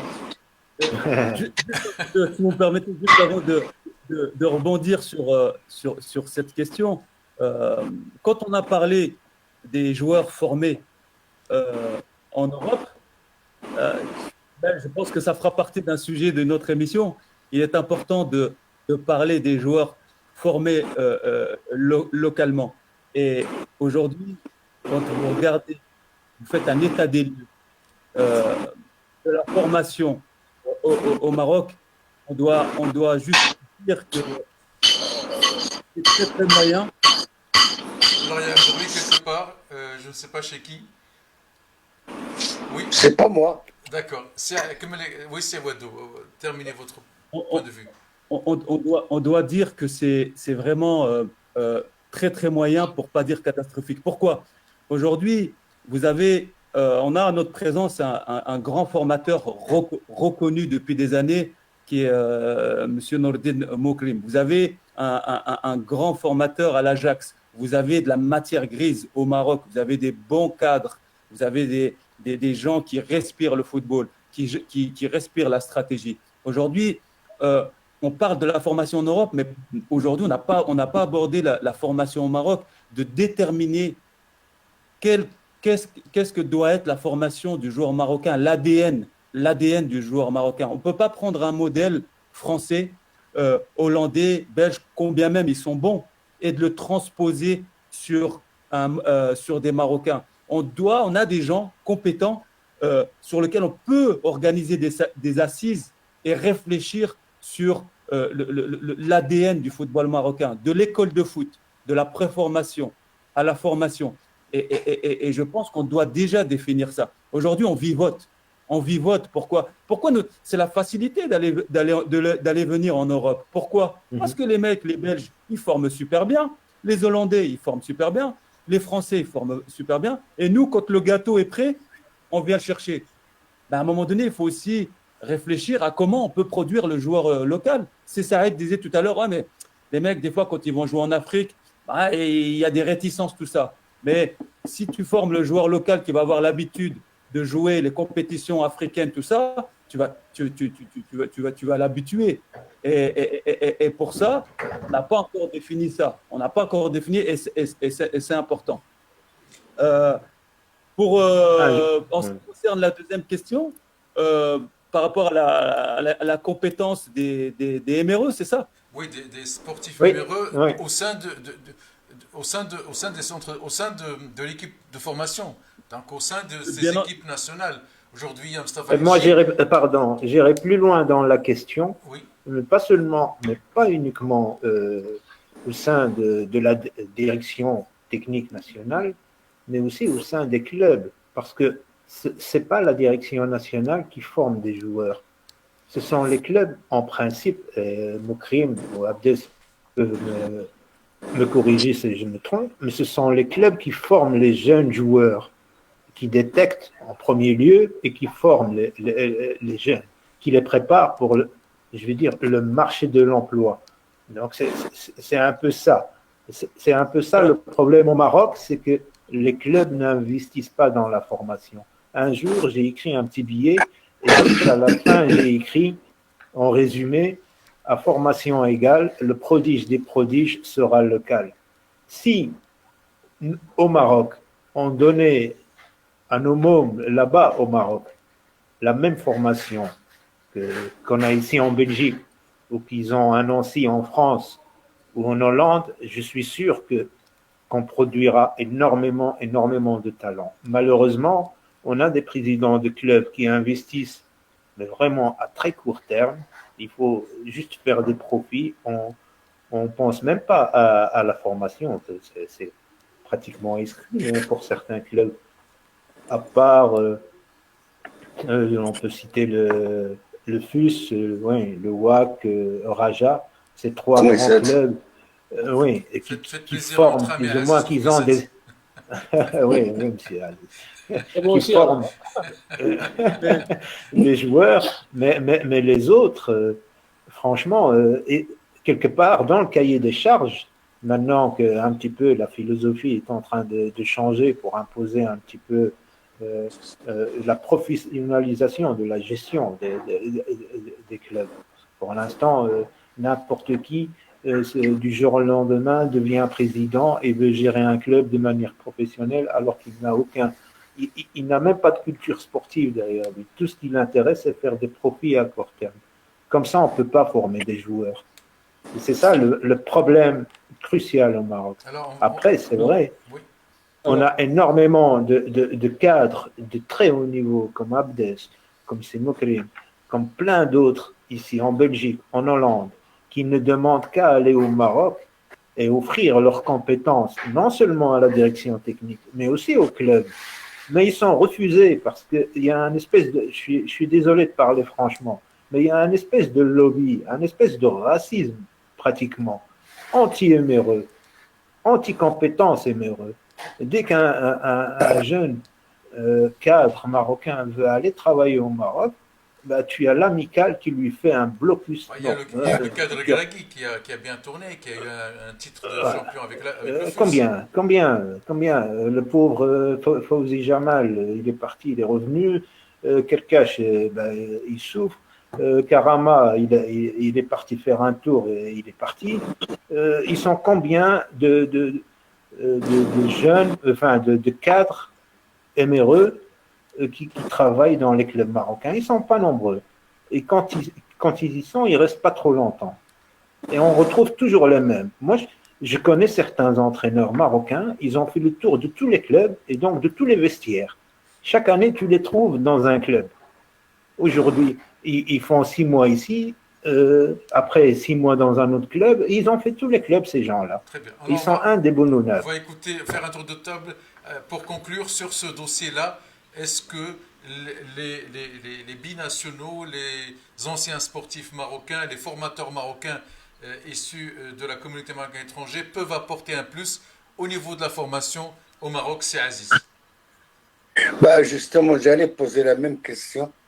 C'est Islam, Je te pose la question et Moukrim. toi tu reposes la question. Voilà, c'est un politicien, il te répond par une autre. Voilà. Oui. Si on vous confie cette mission, qu'est-ce que vous pouvez apporter et par où vous allez commencer?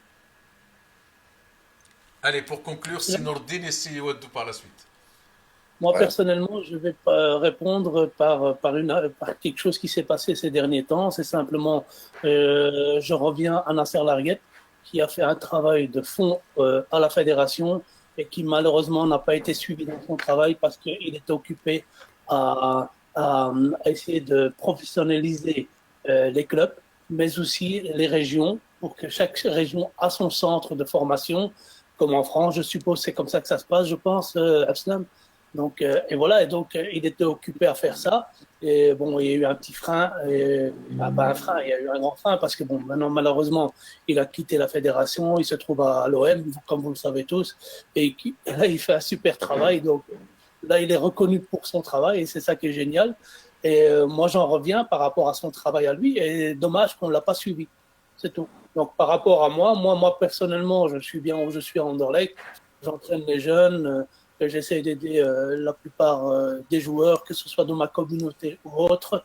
J'essaie de donner un peu mon savoir-vivre et mon savoir-faire pour pouvoir aider. Donc, si le Maroc m'appelle, ce serait bien, pourquoi pas, mais il faudra s'asseoir. Je rappelle que quand même, j'ai travaillé 9 ans comme recruteur et je n'ai plus été recontacté depuis que mon contrat était terminé, ne fût-ce que pour un remerciement. Donc là, je vais rejoindre un peu Saïd. Malheureusement, c'est la fédération marocaine. Elle est comme ça, on ne peut pas lui en vouloir. Et ça ne va pas m'empêcher d'avoir toujours l'amour de ma patrie. C'est Wadou. Pour revenir à ce qu'on pourrait proposer, comme le disait Nourdine, je crois que déjà ça doit partir de la fédération. Il doit avoir un homme fort, et l'homme fort était là, il est parti, il a rejoint l'OM, il était en train d'instaurer une certaine décentralisation de la politique fédérale dans chaque région, parce que effectivement, la fédération ne peut pas s'occuper de tous les territoires marocains.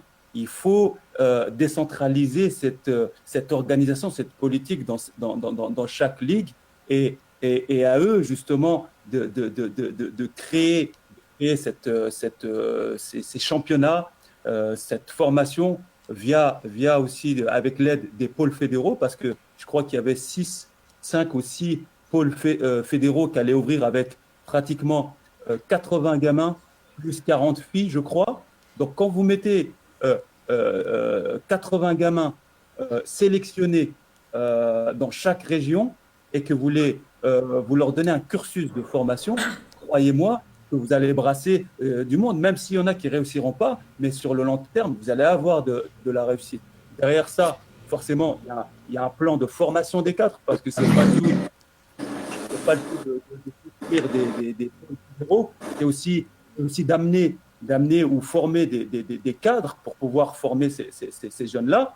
Quand vous avez fait ça, ensuite, il y a un homme fort, donc le président, avec le président de la Ligue professionnelle marocaine, dans le cahier des charges, d'instaurer, et que ça soit écrit noir sur blanc, pour favoriser, pour aider cette formation, justement, pour encourager cette formation, comme ça se fait au rugby, d'encourager les jeunes issus de la formation et obliger les clubs avec vous savez qu'on marche souvent avec une carotte, avec en fin d'année une carotte financière pour le nombre de joueurs qui ont figuré pas sur la feuille de match. Là aussi, on est très malin, on peut tricher, on va dire moi j'ai respecté le règlement, je les ai mis sur la feuille de match. Non, d'obliger tous les clubs marocains, en tout cas en Ligue 2, en Ligue 1, à mettre au moins deux joueurs issus de la formation sur le terrain qui débutent. Parce qu'autrement, les entraîneurs, si vous faites de la formation, les entraîneurs, comme ils ne restent pas longtemps sur les bancs, ils ne vont pas s'amuser à faire jouer un jeune, il va vous dire il manque d'expérience, je ne vais pas risquer ma place. Donc, c'est une politique qui doit venir d'en haut. Et à partir de là, je vous promets que sur le long terme, on peut récolter des fruits. Mais faut-il déjà, comme je l'ai dit tout à l'heure, créer des assises avec toutes les matières grises marocaines, et il y en a, que ce soit en Europe ou au Maroc, et de définir quelle doit être la formation du joueur, l'ADN du football marocain. Il y a un super mec qui a fait ça, Nourdine doit le connaître, en Belgique, Monsieur Van der Hagen, qui est arrivé, il a mis en place de l'école de foot jusqu'aux espoirs un ADN du football belge. Et je peux vous dire que quand vous regardez aujourd'hui l'équipe première, ça a donné ses fruits, mais ça a pris du temps. Et on doit s'inspirer de ça. Je crois qu'il est parti des jeunes, donc coordination, 1 contre 1, privilégier le 1 contre 1, le 2 contre 2, le 3 contre 3, et puis vous augmentez jusqu'aux catégories. Et là, en 16 ans, je crois, c'est ça, vous arrivez, même avant, arriver à 11 contre 11. Il a privilégié quoi? Il a privilégié le ballon et le joueur pour amener de la créativité, pour la maîtrise, tout ça. Mais ça, il l'a pensé, il l'a pensé avec ses éducateurs. Nous, aujourd'hui, qu'est-ce qu'on fait? On ramène des mecs de l'extérieur, et puis on dit, fais-nous de la formation, mets-nous une stratégie en place. Mais au Maroc, tu ne vas pas nous ramener un modèle de Scandinavie, et pour ne pas dire un autre pays, et nous dire, avec comment dire, la culture marocaine, le tempérament, on va faire jouer les Marocains comme ça. Non, il faut se poser et mettre en place des choses. Et je vous promets que si on a un homme fort qui est capable de faire ça et qu'on le laisse travailler, parce que c'est Larguette, on ne l'a pas laissé travailler, on va tirer des fruits. Je te promets, sur le long terme, on va en tirer des garanties. Alors, le mot de la fin, allez, c'est Saïd, c'est Nourdine, c'est Aziz. Je Qui commence? laisse Mokrim C'est pour Mokrim, le mot de la tfadal. fin. Non, moi, je voulais simplement rebondir par rapport à ce que Abslam vient de dire. Monsieur Van der Hagen, qui était mon professeur pour la licence pro, on a parlé entre guillemets du game model bien structuré des Belges. Il est évident que ce game model doit être créé dans chaque pays ou bien dans chaque club. Nous, à Anderlecht, on le crée par nous-mêmes et c'est des réunions entre nous, coachs, et on essaie d'ajouter les points qu'il faut pour pouvoir arriver. Parce que il faut se dire aussi, faut pas se voiler la face, le football évolue de jour en jour, pour pas dire de minute en minute. Et donc, il faut toujours se mettre à niveau par rapport à tout ça. Et ça, c'est ça qui fait que la richesse maintenant du football en Belgique, en Europe, c'est qu'ils se reposent tout le temps d'autres questions, des questions, et ils essaient d'améliorer ça. Au Maroc, on a laissé quelqu'un travailler 4 ans, et puis on le bloque, on met quelqu'un d'autre, on repart de nouveau à zéro. Et ça, c'est pas bon. Ça, c'est dommage. Dommage pour À peine qu'on a mis quelqu'un d'autre à sa place, on pense déjà à le remplacer. Attention, Ouais. c'est déjà parti. Alors, C'est parti. c'est Saïd, Oui. c'est Saïd pour conclure. Nos le jour éméreux nous a apporté beaucoup de joie, beaucoup de succès, beaucoup de sensations fortes. Il serait temps à ce qu'il nous en apporte également en tant que technicien. Voilà. Mon souhait, C'est mon plus grand souhait. Mon plus grand souhait, c'est de voir un jeune. وبزاف ديال اللعابه القدام ديالنا على tête de l'équipe nationale. Voilà, c'est Saïd. Voilà, c'est exactement ce que je voulais dire. C'est exactement ce que je voulais dire. Moi, je vais pas le cacher. En tout cas, tous ceux qui me suivent sur ma page Facebook savent que j'entretiens une relation amicale très très sincère avec M. Abdes. C'est un homme que j'apprécie beaucoup. Mokrim, c'est un ami, il connaît mon gamin depuis son jeune âge. Mais je rêve de voir M. Abdes à la tête, je ne sais pas moi, peut-être de la direction technique, pourquoi pas. C'est quelqu'un de cultivé, et il est volontaire, il se forme. Pourquoi on doit le brider et aller chercher, je suis désolé, mais un Néerlandais qui connaît rien du Marocain, à part le couscous et encore. On a des compétences, nous avons des compétences de très haut niveau.